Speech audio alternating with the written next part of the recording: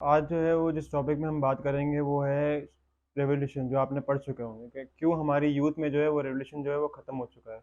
तो एक तो हमें ऐसे माशरे की एग्जांपल मिलती है जहाँ पे जो है वो सोशल कॉन्ट्रैक्ट को जो है वो अप्लाई किया गया है। वहाँ पे जो है इंसान को अपने हुकूक दिए गए हैं, लोगों ने अपने हुकूक मांगे तो हुक्मरानों ने उनको अपने पूरे पूरे हुकूक दिए। वहाँ पे इंसान की जान की कीमत हुई, वहाँ पे इंसानियत की कीमत हुई। वहाँ पे हुकूमत ने पूरी कोशिश की कि अपने जो इंसान के जो हुकूक हैं, जो उनके राइट्स हैं, उनको पूरे किए जाए। और वहाँ पे एक सोशल कॉन्ट्रैक्ट जो है उसकी मद में ये सारी चीज़ें पूरी होती थी। और दूसरी जब जो हमें एग्जांपल मिलती है वो है एक गले सड़े निज़ाम की, जहाँ पे जो है कोई इंसानी हुकूक का कुछ नहीं है, वहाँ पे कोई राइट्स नहीं होते थे। जो हुक्मरान बोलता था वही होता था, हुक्मरान के बोलने के बाद भी उनके ऊपर जो है वो कोई असर नहीं होता। तो इसके इस नतीजे में क्या हुआ है कि तीन तरह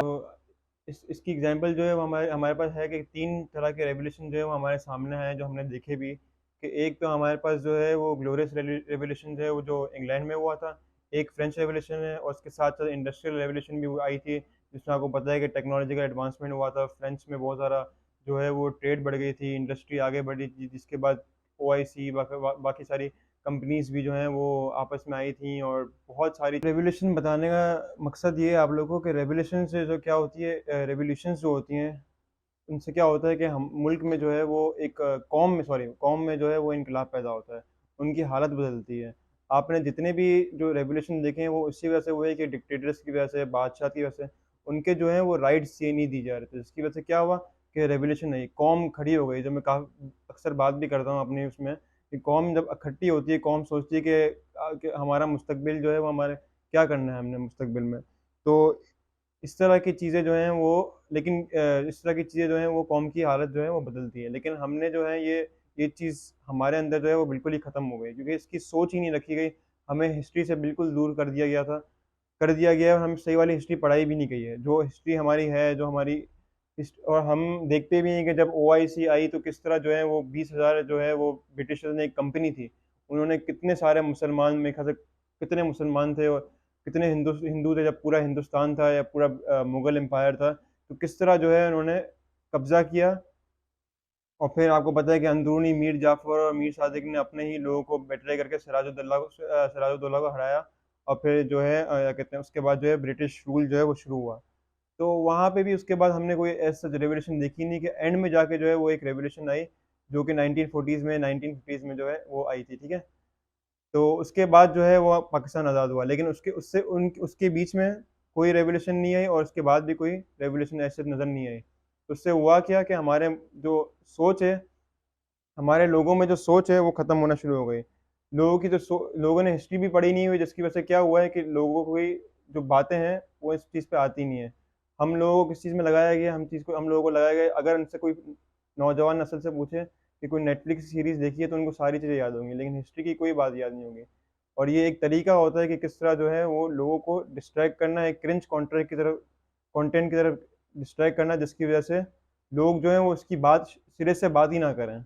जब बात नहीं करेंगे तो जो ऊपर के लोग हैं वो यही करेंगे जो अभी हो रहा है, कि कोई जब बात ही नहीं होगी तो फिर लोग खड़े भी नहीं होंगे, और जो खड़े भी होंगे उनका कोई साथ देने वाला नहीं होगा। अगर हम आज देखें कि जब पेट्रोल बढ़ता है तो लोग लाइनों में लगते हैं इंस्टेड ऑफ डूइंग प्रोटेस्ट, और कोई भी साथ नहीं होता, और जो गिने चुने लोग होते हैं उनको भी जो है वो हुकूमत दबा देती है। तो है कि इनकलाबी सोच या क्रिटिकल थिंकिंग जो है वो हमारे नौजवान में ख़त्म हो गई है। जो मैंने पहले ही बताया था कि क्रिटिकल थिंकिंग ख़त्म कर दी गई है एजुकेशन के ज़रिए, सबके ज़रिए, कि लोग को बोलने ही नहीं दिया जाता, चाहे वो घर हो या कहीं हो, कि आप आवाज़ उठा ही नहीं सकते अपने लिए। और अपने लिए आपने देखा कि जब भी कोई लोग निकलते हैं तो वो किसी की, या तो वो इमरान खान के निकलेंगे या नवाज शरीफ के निकलेंगे या किसी के निकले, अपने हुकूक के लिए कभी कोई नहीं लड़ता। अपने हुकूक के लिए कभी कौम जो है ना यकजा होके जो है ना, उन्होंने कभी किसी के क्या कहते हैं किसी मसले पे खड़े नहीं हुए या किसी वजह पे खड़े नहीं हुए कि सारी कौम इकट्ठा हो गई कि भाई हम पेट्रोल की प्राइस क्यों बढ़ी गई हैं, या आटा इतना महंगा क्यों मिल रहा है, या टेक्नोलॉजिकल एडवांस हमारे मुल्क में क्यों नहीं हो रही है, या हमें क्या कहते हैं हुकूक से जो है वो क्या कहते हैं अलहदगी क्यों की हुई है, हमें ये हुकूक क्यों नहीं मिल रहे हैं, हमारे जो हुकूक हैं, राइट्स हैं, या फिर ये वाला बिल पास क्यों हुआ है, ये लेजिस्लेशन पास क्यों हुई है, या फिर ऐसी फॉरेन पॉलिसी क्यों है। तो ये सारी चीज़ें जो है ना वो हमारे मुल्क में जो है वो नज़र ही नहीं आती हैं, और ये सिरे से जो है ना वो ख़त्म कर दिया। जो लैक ऑफ हिस्ट्री है ना, जो हमारे नौजवान ने हिस्ट्री पढ़ी नहीं है, और सारा सारा दिन जो है वो नेटफ्लिक्स में गुजार दिया गया है हमें। मैंने जो अभी पहले ही बात की कि हमें अपने मसले से दूर ही कर दिया गया है, कि हमारे जो पॉलिटिकल मसले हैं, हमारे जो हुकूक हैं,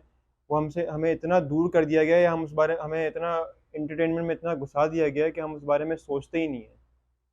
जिसकी वजह से क्या हो रहा है कि एक आप कभी भी देखें ना कि कोई भी कौम जो है ना, जब चाहे वो अरब रेवोल्यूशन है कोई भी हो, अपने राइट्स के बगैर आप कोई काम कर ही नहीं सकते हैं। और आपको बचपन से जब दबा दिया गया हो कि भाई बात नहीं करनी, उठा लिया जाएगा, ये हो जाएगा, वो हो जाएगा, और रियासत ने खुद नहीं किया है, लोगों ने बोल बोल के कि भाई ये हो जाएगा, वो हो जाएगा, मार देंगे, ये होंगे, तो हम सोचते भी नहीं है। और वो जो मैंने एक बात भी कही थी ना कि खुदगर्ज कौम हो चुके हैं, कि मैं मेरे अगर मुझे अगर फर्क नहीं पड़ रहा है, मैं अगर गार्ड लेके घूम रहा हूँ या मैं एक इजी लाइफ गुजार रहा हूँ, तो जाए दुनिया भाड़ में, या हमारे हुकूक नहीं भी मिल रहे तो हमें क्या करना है। और जिसकी वजह से क्या, और ये सारी चीज़ें जो मुझे लगती हैं, जो एंड रिजल्ट यहाँ पे ये बन गया कि हमारा मुल्क वाहिद मुल्क होगा जहाँ पे लोग अपने राइट्स के लिए उठते ही नहीं है। लोग बोलते ही नहीं इस बारे में कि भाई क्या हो रहा है, क्यों हो रहा है। बात करो भी तो, नौजवानों से बात करो भी तो वो नेटफ्लिक्स में, एंटरटेनमेंट में, बर्गर खाने में, आइसक्रीम खाने में, इसी में से ही फुर्सत नहीं मिलती उनको कि वो इस बारे में भी सोचें, या उसको क्रिटिसाइज करें, या उस पर सोचें भी, या क्रिटिकल थिंकिंग करें। जैसे मैंने एजुकेशन की वीडियो में बताया था कि क्रिटिकल थिंकिंग जो है वो बचपन से ही ख़त्म की गई है, कि भाई आप जब छोटी सी बात पे जब बात नहीं करेंगे हम लोग, तो बाकियों पे कैसे करेंगे। और बिना, और खौफ की जंजीरें जो है ना वो टूट खौफ की जंजीरों में जो है ना वो जकड़े हुए हैं हम लोग, हमारे जो नौजवान है, वो जो मैं तोड़ना चाहता हूँ नौजवानों के अंदर, कि ये